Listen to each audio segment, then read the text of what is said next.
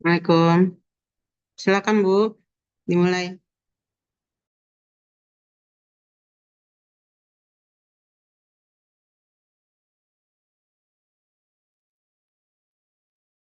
Baik, Bu.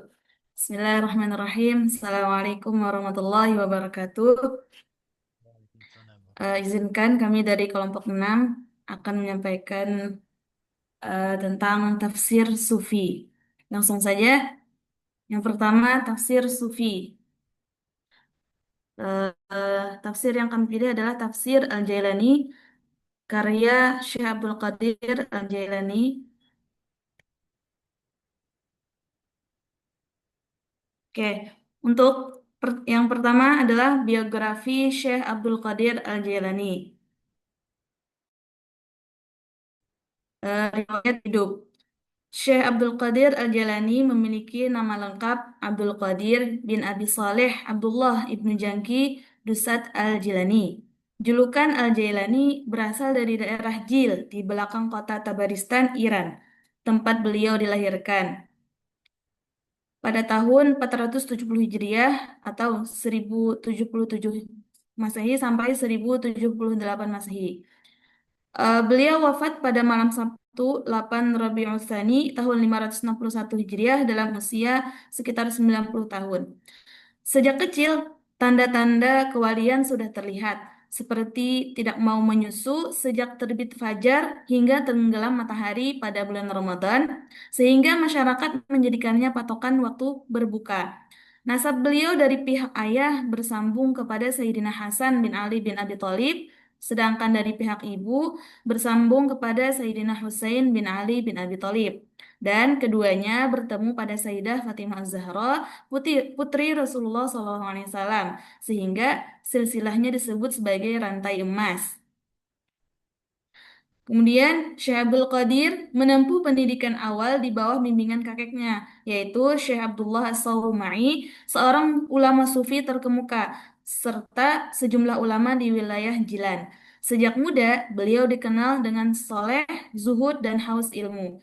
Pada usia 18 tahun, beliau berangkat ke Baghdad untuk menuntut ilmu pada masa pemerintahan Khalifah Al-Mustadir Billah, bertepatan dengan wafatnya ulama besar Syekh Abu Muhammad Rizqullah At-Tamimi.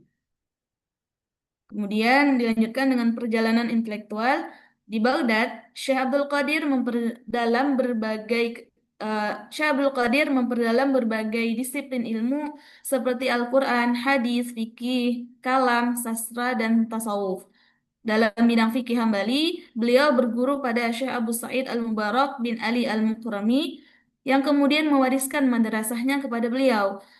Madrasah tersebut dikenal dengan nama Qadiriyah dan menjadi pusat dakwah serta pengajaran beliau. Setelah menamatkan pendidikannya, beliau mulai berdakwah pada usia 50 tahun. Jumlah muridnya semakin banyak hingga madrasah diperluas pada tahun 528 Hijriah. Setelah wafatnya, ajaran beliau berkembang menjadi Tariqah Qadiriyah, salah satu tarekat paling tua dan tersebar luas di dunia Islam. Tarekat ini dikenal sebagai tarekat yang berlandaskan syariat dan adat yang kuat. Ibnu Taimiyah memuji tarekat beliau sebagai tarekat yang dibenarkan syara karena mengajarkan tahapan pembersihan hati dan pendekatan diri kepada Allah dengan ketenangan dan disiplin spiritual yang tinggi. Lanjut, Kak. Di sini ada guru-guru dan murid-murid Syekh Abdul Qadir. Yang pertama, guru-guru beliau Syekh Abdul Sa'id Al-Mubarak bin Ali Al-Mukrami, itu di bidang fikih Hambali. Kemudian yang kedua Abu Zakaria Yahya Al-Tabrizi dalam bidang ilmu sastra. Kemudian Abu Ghain Al-Baqilani, Ibnu Khunais, Abu Hanim Al-Rasi, Abu Bakar At-Tamara, dan Abu Muhammad As-Siraj dalam bidang ilmu hadis. Kemudian yang keempat Abu Al-Wafa Ali bin Aqil, Abu Al-Khitab Mahmud Khalwazani, Abu Ghanaim, Abdul Ar-Rahman bin Ahmad bin Yusuf, Abu Al-Barakat Hibbatullah Al-Mubarak dalam bidang tafsir dan ilmu Al-Quran. Kemudian yang kelima ada Hamad bin Muslim Dibas dalam bidang sufisme. Kemudian murid-murid beliau yang pertama pertama ada di bidang hukum atau pengadilan yaitu Abu Ya'la Muhammad Al-Fara, Qadhi Al-Qudah Abu Hasan Ali, kemudian Al-Qadhi Abu Muhammad Al-Hasan. Kemudian dalam bidang fikih Muhammad bin Abi Al-Makarim Al-Fadl, Abu Abdul Malik Zian bin Abu Al-Ma'ali Rashid. Kemudian dalam bidang Al-Quran dan hadis Abu Hafs Ammar bin Abi Nasr, Muhammad Mahmud bin Utsman An-Ni'al. Kemudian yang dalam bidang tarikat Abu As-Sa'ud Ahmad bin Abu Bakar Al-Harami dan Syekh Abdul Aziz bin Dalaf Al-Baghdadi. Kemudian karya tafsir beliau yang pertama tafsir Al-Jailani, kemudian Futuhul Ghaib, kemudian Sirrul Asrar, Asrar Al-Asrar, kemudian Ar-Risalah, kemudian Al-Jala' Al-Khawatir, kemudian Ad-Diwan, kemudian Majalis fil Mawa'id Al-Quran wa Al-Fadh An-Nubuwah, kemudian Yawaqit Al-Hikam, kemudian Amrul Muhkam, Mukhtasarul Mubin, Usul Al-Kabir, dan Ar-Risalah Al-Ghawsani, Al-Ghawsiyah, dan lain sebagainya. Kemudian yang kedua, kitab Tafsir Al-Jailani. Yang ini akan disampaikan oleh rekan saya, Kak Najwa Aulia. Dipersilahkan. Baik, terima kasih Kak Nur Afifah. Untuk pembahasan selanjutnya yaitu mengenai kitab tafsir Al-Jailani. Yang pertama, identifikasi fisiologis. Kitab tafsir Al-Jailani ini mempunyai 6 jilid, dimulai dari surah Al-Fatihah dan diakhiri surah An-Nas. Kitab ini menggunakan huruf Arab Naskhi, 2 kolom berhalaman dengan rata-rata 25-27 baris. Naskah asli ditemukan di Tabelus, Libanon, Mesir, India, dan Eropa. Kemudian disusun ulang oleh Syekh Muhammad Fadil Al-Jailani dan diterbitkan oleh Markas Al-Jailani di Al-Buhus Al-Ilmiyah di Istanbul pada 2009 Masehi. Edisi modernnya berukuran sekitar 24 kali 17 cm dengan sampul hijau tua, tulisan emas, dan total kurang lebih 2.500 halaman. Kitab ini memperlihatkan karakter tafsir klasik yang padat, sistematis, dan berfokus pada penjelasan ayat secara zahir dan batin. Struktur penulisan dimulai dari penulisan ayat, kemudian disertai tafsir singkat dan makna spiritual yang mendalam. Untuk selanjutnya yaitu identifikasi metodologis. Yang pertama, latar belakang penulisan dan penamaan kitab tafsir. Tafsir Al-Jailani atau Al-Fawati Al-Ilahiyah wa Al-Mafati Al-Ghaibiyah Al-Muwaddih di Al-Kalim Al-Qur'aniyah wa Al-Hikam Furqaniyah merupakan karya Syekh Abdul Qadir Al-Jailani. Kitab ini ditulis pada masa berkembangnya ilmu fikih dan tasawuf di Baghdad. Penulisannya dilatar belakangi oleh keinginan Al-Jalani, Syekh Abdul Qadir, untuk menyatukan antara syariat dan hakikat dalam memahami Al-Quran. Penamaan Al-Fawati Al-Ilahiyah bermakna pembukaan ilahi. Sedangkan Al-Mafati Al-Ghaibiyah berarti kunci-kunci rahasia gaib yang menggambarkan pendekatan sofistiknya terhadap makna-makna Al-Quran. Selanjutnya, metode penafsiran. Metode yang digunakan dalam tafsir ini adalah metode tahlili, yakni menjelaskan ayat-ayat Al-Quran secara urut berdasarkan mushaf dengan menafsirkan setiap ayat dari segi bahasa, konteks, dan kandungan maknanya.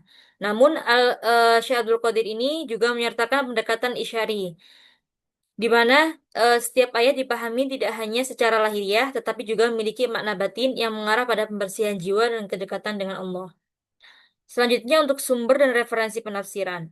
Sumber utama penafsiran tafsir Al-Jalani ini adalah Al-Quran, hadis, dan asar sahabat yang menjadi landasan syariat. Selain itu, beliau menggunakan ijtihad dan kasyf atau ilham spiritual sebagai bentuk penemuan makna batin ayat, khas tafsir sufi. Referensi yang banyak memengaruhi pemikirannya berasal dari tafsir klasik seperti karya Al-Qushairi, Al-Tustari, dan tafsir Hambali, serta pengalaman ruhaniyahnya sendiri sebagai seorang wali dan guru tarekat Qadiriyah. Selanjutnya, corak penafsiran. Tafsir Al-Jalani ini memiliki corak sofistik atau isyari yang berpijak pada tasawuf sunni, yaitu penafsiran yang menggabungkan antara makna lahiriah dan batiniah ayat tanpa keluar dari prinsip syariat. Syekh Abdul Qadir menafsirkan Al-Quran dengan pendekatan tauhidi, akhlaki, dan tarbawi, menekankan penyucian jiwa atau tazkiyatun nafs, keikhlasan dan kesadaran akan kehadiran Allah. Ini tidak hanya menjelaskan makna teks, tapi juga mengarahkan pembacanya menuju pembinaan moral dan spiritual. Selanjutnya, sistematika penafsiran. Syekh Abdul Qadir Al-Jailani selalu memulai penafsiran dengan menuliskan ayat Al-Quran, kemudian menjelaskan makna zahir atau makna lahiriah, yang bersumber dari konteks bahasa dan pesan tauhid. Setelah itu, beliau menguraikan makna isyari atau batiniah yang menggambarkan dimensi spiritual dan penyucian jiwa. Lalu, menutup dengan hikmah atau pesan moral berupa nasihat dan renungan rohani. Gaya bahasanya ringkas dan penuh nilai dzikir, menonjolkan keseimbangan antara syariat dan hakikat. Dengan sistematika ini, tafsir Al-Jailani ini menjadi tafsir sufi yang paling sistematis dan mudah dipahami karena menggabungkan antara penjelasan zahir dan batin. Karakteristik tafsir Al-Jailani yang pertama yaitu ada perpaduan antara syariat dan tasawuf. Yang kedua penekanan pada penyucian jiwa yaitu tazkiyah an-nafs. Yang ketiga mengandung nasihat moral bimbingan rohani. Yang empat gaya bahasa sederhana dan komunikatif. Dan yang kelima tidak terjebak pada takwil yang berlebihan. Selanjutnya identifikasi ideologis. Tafsir ini karya Syekh Abdul Qadir berlandaskan pada ideologi Ahlussunnah wal Jamaah yang menekankan kemurnian tauhid serta penolakan terhadap pemahaman ekstrim seperti tasybih atau ta'til. Dalam bidang fikih, Syekh Abdul Qadir mengikuti mazhab Hambali yang tercermin dalam cara beliau menjelaskan ayat-ayat hukum dan etika ibadah dengan hati-hati dan berpegang pada dalil. Tafsir ini memiliki corak tasawuf sunni, yakni perpaduan antara ajaran syariat dan nilai-nilai hakikat. Al-Jalani berupaya menunjukkan bahwa dimensi spiritual dalam Al-Quran harus tetap berpijak pada makna lahir yang bersumber dari wahyu. Ideologi penafsirannya berorientasi pada peneguhan tauhid, penyucian jiwa, dan peningkatan keimanan melalui pemahaman ayat-ayat Allah. Identifikasi ideologis. Selanjutnya, Syekh Abdul Qadir juga menolak keras bid'ah dan pemikiran filsafat yang menyimpang, menegaskan bahwa akal itu hanyalah sarana untuk memahami wahyu, bukan untuk menentukannya. Setiap penafsiran diarahkan untuk membentuk akhlak yang luhur, menumbuhkan keikhlasan, kesederhanaan, dan kasih sayang sejalan dengan misi Islam sebagai rahmatan lil alamin. Tafsir ini juga menekankan keseimbangan antara aspek dunia dan akhirat, serta antara akal dan hati, dan menjadikannya sebagai tafsir tidak hanya bersifat intelektual, tapi juga syarat nilai spiritual dan moral. Selanjutnya contoh penafsiran salah satunya yaitu Quran surah Al-Fatihah ayat 5. Lafaz iya karena abudu wa iya karena stain, hanya kepada engkaulah kami menyembah dan hanya kepada engkaulah kami mohon pertolongan. Syaikhul Qadir menjelaskan bahwa kalimat iya karena abudu merupakan pernyataan tauhid dalam ibadah, yaitu pengakuan bahwa penyembahan hanya layak ditujukan kepada Allah semata. Kata na'budu, kami menyembah, berasal dari akar kata abadah, yang bermakna tunduk, merendahkan diri, dan menaati. Sedangkan iya karena stain menegaskan tauhid dalam pertolongan, yaitu bahwa manusia tidak memiliki daya dan kekuatan kecuali dengan izin Allah. Semua usaha dan hasil bergantung pada pertolongannya. Selanjutnya, beliau menjelaskan dengan makna isyari. Setelah menjelaskan makna lahirnya, Al-Jailani berpindah ke makna isyari. Ia menafsirkan bahwa ia karena abudu menggambarkan jalan syariat, yaitu bentuk ketaatan lahiriah yang diwujudkan melalui amal ibadah, zikir, dan mujahadah. Adapun ia karena stain menggambarkan jalan hakikat, yaitu kesadaran batin bahwa ibadah itu tidak akan sempurna kecuali dengan pertolongan Allah.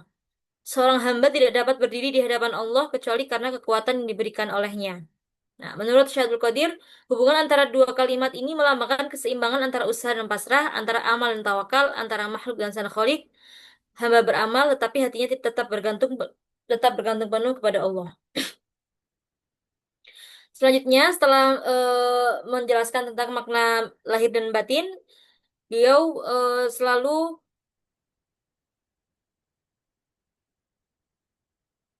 memberikan hikmah atau pesan spiritual. Nah, Syekh Abdul Qadir menegaskan bahwa ayat ini merupakan inti seluruh ajaran Islam, menggabungkan antara ibadah dan isti'anah atau permohonan pertolongan. Seorang mukmin yang sejati adalah yang beribadah dengan ikhlas karena Allah dan selalu menyadari ketergantungannya kepadanya dalam segala urusan. Dengan demikian, ayat ini bukan hanya menunjukkan prinsip tauhid, tetapi juga mendidik hati untuk tunduk, ikhlas, dan berserah diri sepenuhnya kepada Allah yang menjadi inti dari perjalanan spiritual dalam tasawuf Al-Jalani ini. Selanjutnya, pandangan ulama terhadap tafsir Al-Jailani. Nah, para ulama menilai tafsir ini sebagai salah satu tafsir sufi yang lurus dan moderat, karena memadukan antara syariat dan hakikat tanpa menyimpang dari ajaran Ahlussunnah wal Jamaah. Imam Asy'arani memuji tafsir ini sebagai karya yang menggabungkan ilmu syariat dan rahasia spiritual dalam satu kesatuan makna yang mendalam. Peneliti modern seperti Muhammad Fadil Al-Jailani dan Ahmad Islah menganggap tafsir ini sebagai tafsir sufi yang sistematis dan teratur karena menampilkan pola penafsiran yang berurutan, mulai dari makna zahir, makna lahir, makna batin, hingga hikmah spiritual. Meskipun sebagian ulama klasik mengkritik adanya dominasi tafsir Isyari, mereka tetap mengakui bahwa penafsirannya tidak bertentangan dengan syariat dan bahkan memperkaya hasanah tafsir sufistik. Selanjutnya ada perbedaan tafsir Al-Jalani dengan tafsir sufi lainnya. Di perbedaan tersebut ada beberapa aspek. Aspek yang pertama, pendekatan spiritualnya.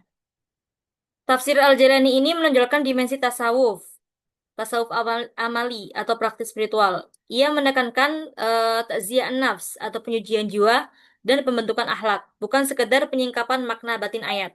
Tafsir sufistik lain seperti Ruhul Ma'ani, karya Al-Alusi lebih bersifat teoretis dan filosofis, sering menggabungkan unsur kalam, falsafah, dan isyarat sufi. Selanjutnya pada gaya penafsiran, Al-Jailani ini cenderung ringkas dan langsung dengan ungkapan spiritual yang mudah dipahami. Sementara tafsir sufistik lain seperti Ruh Al-Bayan atau tafsir Ibnu Arabi sering menggunakan bahasa simbolik dan metaforis yang sulit dicerna oleh pembaca awam. Baik, sekian. Saya serahkan ke Kak Nur Hafifah. Baik, terima kasih Kak Najwa. Selanjutnya kita buka sesi tanya jawab. Kita buka tiga, tiga penanya ya. Ya, dipersilahkan. Kalau ada yang bertanya,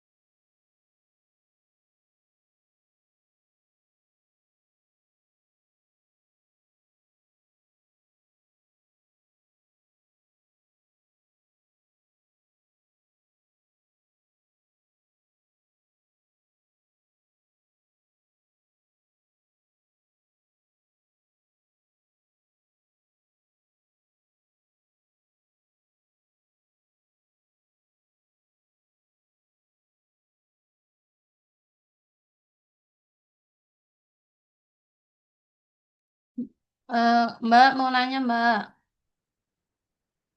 Ya, silahkan Kak. Ya, ini menarik sekali pembahasannya ya. Selama ini tuh khususnya saya sendiri baru tahu bahwa ternyata Syekh Abdul Qadir Al-Jailani itu banyak sekali ya karya tafsirnya. Kalau di pesantren dulu kan dikenalnya beliau itu ya itu dikenalnya tasawuf seperti itulah ya. Ternyata di sini saja dicantumkan ada banyak sekali karya tafsir beliau sampai 14 ya. Nah, ini apakah beda-beda atau seperti apa ya Mbak ya? Mungkin ataukah kalau kalau tadi yang dibahas di makalah kan ini 30 juz ya. Nah, itu di antara ini semuanya ini apakah karya-karya beliau juga terjaga dan terpelihara sampai saat ini begitu atau bagaimana? Pingin ini aja gambaran tentang karya tafsir beliau ini. Ya, begitu Mbak. Makasih. Ya, terima kasih Kakak salah satu nikmah.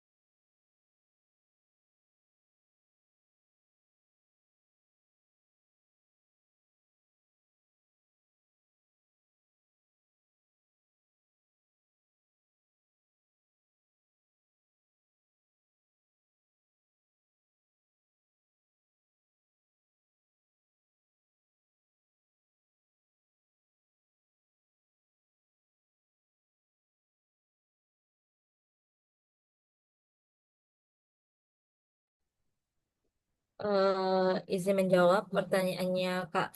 Salah satu nikmat tadi beberapa kan tadi di terlihat tafsir-tafsir atau bariyah, atau tafsir-tafsir Syekh Abdul Qadir ya Kak ya. Nah itu di bidang apa aja gitu ya? Bidang-bidangnya apa aja? Ataukah sama tasawuf semua atau apa? Ada yang lain gitu? Jadi karya-karya beliau itu banyak pada di berbagai bidang juga. Di berbagai bidang juga. Contohnya yang tasawuf itu tadi yang terkenal itu Futu al-Ghaib, ada Sir al-Asrar juga. Terus di bidang akidah ada Al-Ghunyah li Tolibi Tariq al-Haq, itu menjelaskan tentang akidah Ahlussunnah dan konsep tauhid. Terus di bidang fikih dan adab ada Al-Fat al-Rabbani, itu menjelaskan tentang etika, hukum dan ibadah. Terus ada juga doa-doa dan wirid-wirid. Kitabnya ada Al-Fuyudat Al-Rabbaniyah tentang amal-amalan dan zikir harian. Begitu Kak, salah satu nikmah.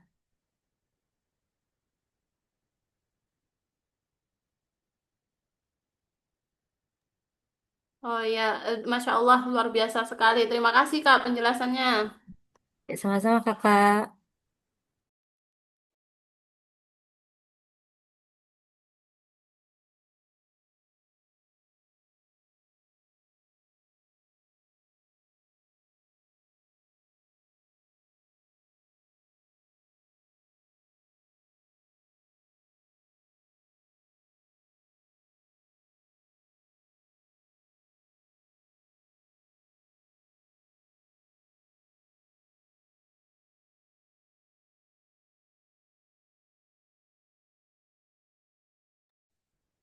Baik, apakah ada yang mau bertanya lagi?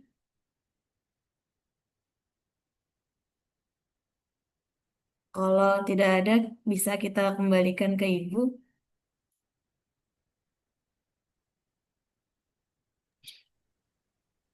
Baik, Bismillahirrahmanirrahim. Assalamualaikum warahmatullahi wabarakatuh. Nih, Salam. saya mohon maaf ya. Apa?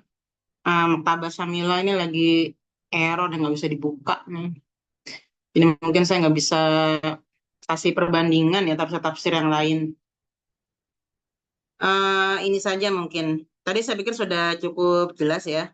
Paling nanti dicari ininya apa sih namanya contoh-contoh ya. Lebih banyak contoh-contoh terkait dengan penafsiran sufi ya.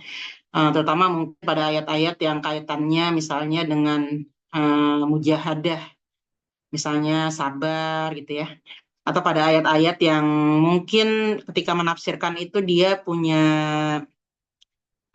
wajah dua itu. Jadi penafsiran yang jelas gitu ya dari Qur'annya dan penafsiran yang tersiratnya. Misalnya kayak ayat yang Allahu nurus samawati wal ard, masalah nuri kamishkatin fiha misbah. Itu banyak penafsiran-penafsiran yang sufi mencoba menafsirkan apa sih nur. Jadi nurnya Allah itu apa, gitu ya. Kemudian yang kedua, itu tadi pertama ya. Jadi nanti teman-teman ketika ingin mencari corak sufi pada tafsir-tafsir sufi, misalnya At-Tustari, Al-Qushairi, kemudian Al-Jailani, kemudian Ruhul Ma'ani, ya kitab-kitab yang sufi, maka mungkin nanti bisa melihat ke yang ayatnya seperti itu ya. Jadi ayatnya itu ada nuansa-nuansa sufistiknya, mujahadah, sabar, syukur, tawakal, atau yang terkait dengan tentang Allah, gitu ya, terkait tentang Allah. Jadi tentang siapa Allah, sifat-sifat Allah itu biasanya banyak apa kaitan-kaitan sufinya gitu ya. Karena kan memang sufi ini dia mencoba untuk membuka tabir antara kita dengan Allah gitu ya. Dimana kita ini katanya adalah perwujudan, jadi Allah ingin mengenal dirinya maka diciptakanlah kita. Nah, itu mereka ingin mencari. Jadi apa namanya ya? Allah di dalam diri kita itu seperti apa? Nah, kemudian yang kedua, yang mungkin perlu nanti teman-teman apa namanya perbedakan ya, atau teman-teman hati-hati itu adalah perbedaan antara falsafi dengan safi, ada tafsir sufi. Atau misalnya ada juga yang membagi sufi itu pada sufi nazori dengan sufi amali kalau nggak salah, atau isyari ya. Jadi yang disebut sebagai sufi nazori atau falsafi itu adalah tafsir-tafsir yang mereka itu menggunakan metode-metode filsafat untuk menafsirkan sufi, ya, untuk menafsirkan dunia sufi. Dan itu ada, ya, itu banyak ya, atau memungkinkan gitu ya. Karena kan kadang-kadang kita kan sebenarnya ingin, kalau sufi itu kan tujuannya adalah ingin mencari hakikat ya. Siapa Allah, siapa kita, apa sih tujuan kita ada di dunia ini gitu ya. Nah, kalau teman-teman kemarin anak saya tuh nonton film Translator, apa ya, di TikTok gitu ya, dia nanya-nanya tuh tentang jadi ada yang astronot dia itu ke ruang angkasa, kemudian dia terkena apa yang kayak black hole tapi bukan black hole, di mana katanya waktu di sana itu lebih lebih lama dibandingkan di dunia. Jadi 1 detik di sana itu sama dengan 1 hari apa 1 tahun di dunia gitu. Jadi dia tuh sebenarnya perginya sekitar 3 tahun sebenarnya, tapi ternyata setelah pulang ke bumi itu sampai 80 tahun. Dan itu film itu dibuat berdasarkan ini ya apa namanya, sudah ada penelitiannya gitu. Jadi bukan film yang hasil bengong, tapi memang ada penelitiannya. Nah itu anak saya itu umur 16 tahun, itu sangat sangat apa ya, sangat masuk banget ke dalam hati dia gitu ya. Sampai dia bilang begini, Mi, kalau di film itu katanya ada, jadi katanya kita ini berada di dunia 4 dimensi gitu kata dia. Ini saya kalau saya nggak salah tangkap ya dari omongan dia. Tapi saya jadi penasaran juga tuh. Jadi saya lihat-lihat di TikTok. Jadi katanya kita itu terperangkap di dunia 3 dimensi tambah 1 waktu, jadi 4 dimensi. Nah, ada katanya makhluk-makhluk yang dia itu berada di dimensi di atas kita gitu ya. Seperti misalnya ya jin gitu ya. Itu saya lihat di komen-komen ada di TikTok itu, yang katanya dia mengistilahkan misalnya peristiwa Isra Mi'raj itu katanya secara secara saintis yang ada sekarang itu sangat masuk akal ya. Jadi Nabi pergi itu kan kayaknya lama banget sampai melihat surga, melihat neraka. Tapi ketika beliau balik itu ranjangnya saja masih hangat gitu ya. Jadi mungkin ya nggak sampai berapa menit gitu ya. Atau misalnya yang konteksnya yang di dalam Al-Quran itu 1 hari di akhirat itu kealfisanatin mimma ta'udun ya. Jadi 1000 tahun ya. Dan itu mungkin yang akan menyebabkan kita abadi. Karena 1 hari aja di akhirat itu sampai dengan 1000 tahun. Berarti kalau kita tinggal di dunia 60 tahun ya dikali 1000 tahun ya pasti abadi lah. Jadi yang nggak mati-mati istilahnya. Sampai kita bosan mungkin ya. Nah, itu relativitas waktu punya Einstein ya. Dan itu di filsafat dulu udah ada dunia-dunia tasawuf tentang mukasyafah, membuka Allah itu sudah ada. Nah, kalau yang di film itu kalau nggak salah nih ya, anak saya cerita itu, jadi katanya ada makhluk lain di atas manusia yang kita ini yang 3 dimensi gitu ya, 4 atau 5 dimensi. Ya mungkin itu kalau yang lebih hebat dari kita karena dia bisa menembus cahaya katanya itu kayak jin mungkin nih, jin ifrit gitu kata anak saya. Jin ifrit itu kan bisa terbang. Jadi waktu itu jadi waktu tidak seperti kita yang waktunya itu ya kita menikmati waktu itu ya cuma di masa sekarang doang. Tapi yang di atas kita itu katanya dia bisa melihat masa lalu dan masa yang akan datang gitu ya. Dan menurut sains katanya ya di TikTok tuh ya, menurut perkiraan ilmuwan itu adalah jadi alam semesta ini ada 11 kalau nggak salah 11 dimensi dan kita ini terkurung di 4 dimensi katanya. Jadi kalau seperti itu ya ada yang lebih-lebih lagi dari kita. Makanya di film Translator kalau nggak salah itu katanya dia itu terperangkap di sebuah tempat ya di mana dia bilang ini nih mereka ini membuat ini. Jadi dia itu seperti semut gitu. Ya, jadi ada yang sedang memperhatikan kita dan itu lebih kekuatannya lebih daripada kita. Nah, kira-kira gitu sebenarnya itu bukan sesuatu yang baru ya. Saya bilang sama anak saya, itu kalau di tafsir namanya tafsir sufi. Karena anak saya itu kan suka lugu ya, suka bahasa dan lagi saya racunin buat masuk tafsir itu belum bisa-bisa. Jadi saya bilang, oh itu ada, itu di sufi, tafsir sufi. Cuma kalau sufi itu para ulama dia mukasyafah ya. Jadi hasil dia riyadhah. Nah, yang perlu teman-teman pahami bahwa di tafsir itu ada 2. Jadi ada yang falsafi. Falsafi itu dia yang seperti itu tuh ya. Aristoteles gitulah ya, Plato. Jadi sufinya itu dia dipengaruhi oleh falsafat gitu ya. Jadi ke otak, mikirnya itu ke otak gitu. Itu kan yang tadi yang saya ceritain yang film Ten Seller itu kan sebenarnya belum dibuktikan juga secara ilmiah. Artinya itu teori-teori dari para ilmuwan kan, yang saya pikir mirip dengan filsafat gitu. Karena belum dibuktikan juga keberadaan yang 5 dimensi, 6 dimensi. Makanya ada di tafsir Al-Jailani, coba dicari itu ya, yang Nabi Idris. Ya, warofa'nahu makanan aliyyan. Kalau nggak salah ya, saya pernah baca itu warofa'nahu makanan aliyyan. Nabi Idris itu kan diangkat ke atas langit. Al-Jailani mengatakan itu katanya tempat yang pokoknya dia beda lah. Jadi bukannya diangkat ke atas langit yang, jadi mirip-mirip juga, mirip-mirip dengan adanya filsafat gitu. Jadi itu banyak sufi-sufi, tasawuf-tasawuf, tafsir-tasawuf yang terpengaruh dengan filsafat.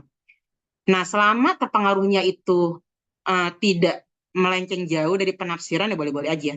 Tapi ketika nanti sudah melenceng jauh dari penafsiran, maka nanti kurang bagus tafsirnya. Ya, jadi ada dua. Ada yang pertama yang filsafat ya. Jadi tasawuf filsafat terpengaruh dengan filsafat. Yang kedua itu adalah tasawuf amali. Tadi nazori ya, nazori. Yang kedua adalah tasawuf amali. Kalau tasawuf amali ini yang memang penafsirannya itu hasil dari mujahadahnya dia. Gitu.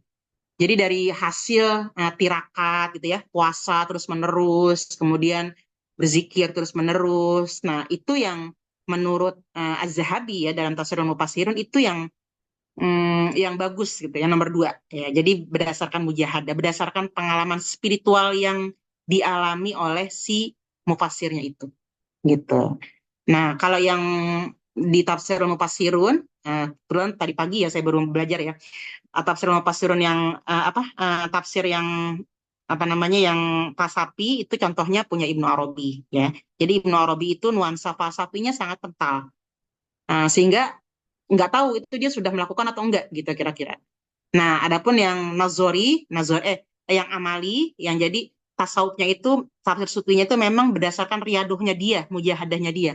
Salah satunya itu adalah tafsir Al-Jailani. Ya, karena Al-Jailani ini kita tahu beliau seorang sufi terkenal dan pengikutnya banyak. Jadi sudah menjalaninya sendiri ya. Jadi dia beda dengan tasawuf falsafi.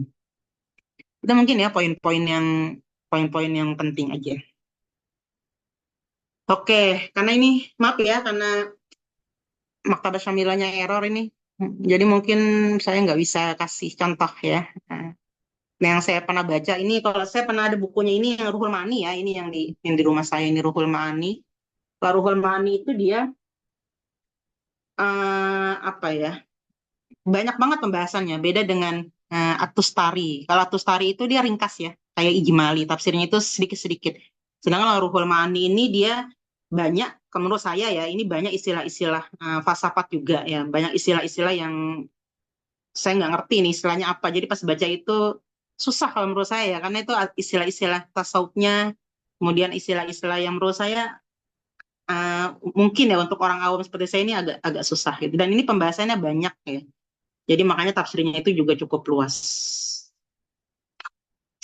Oke, itu. Teman-teman silakan kalau ada yang mau didiskusikan lagi.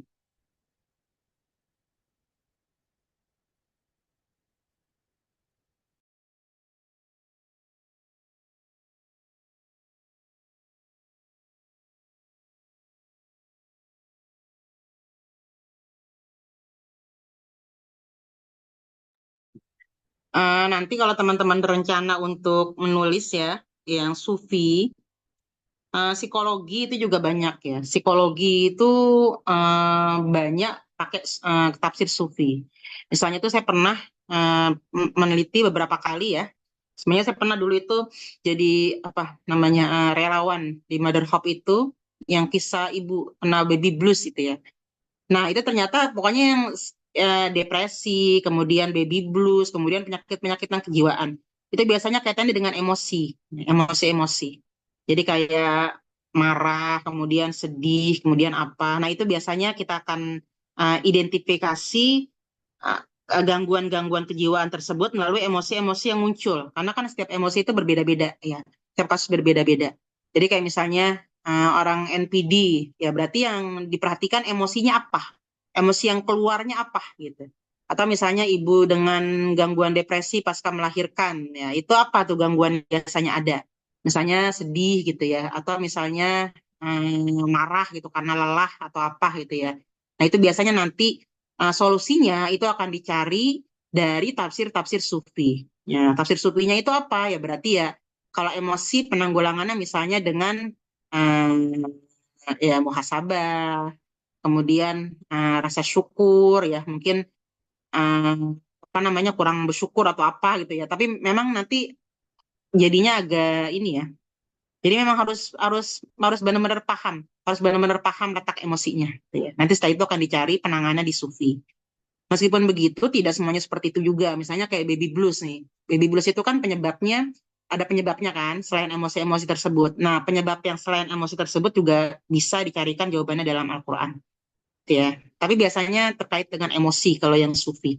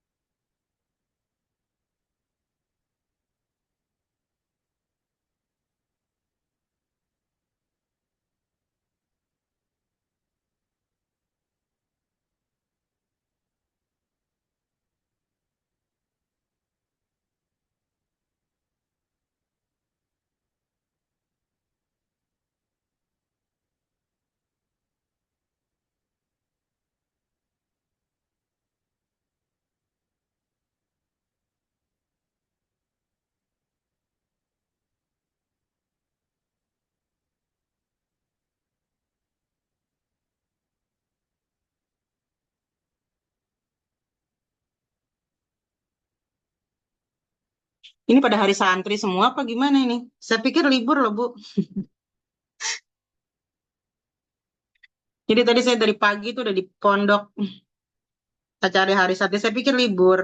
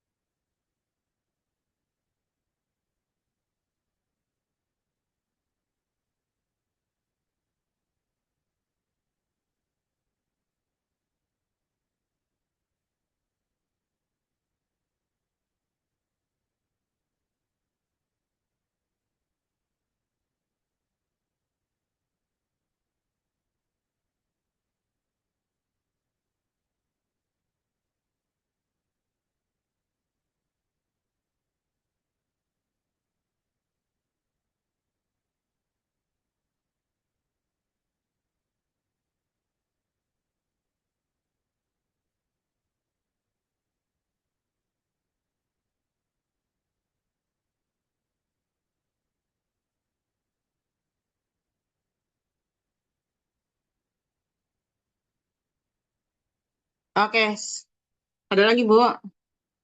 Nah, kalau nggak ada, udahlah. Ditutup aja, nggak apa-apa.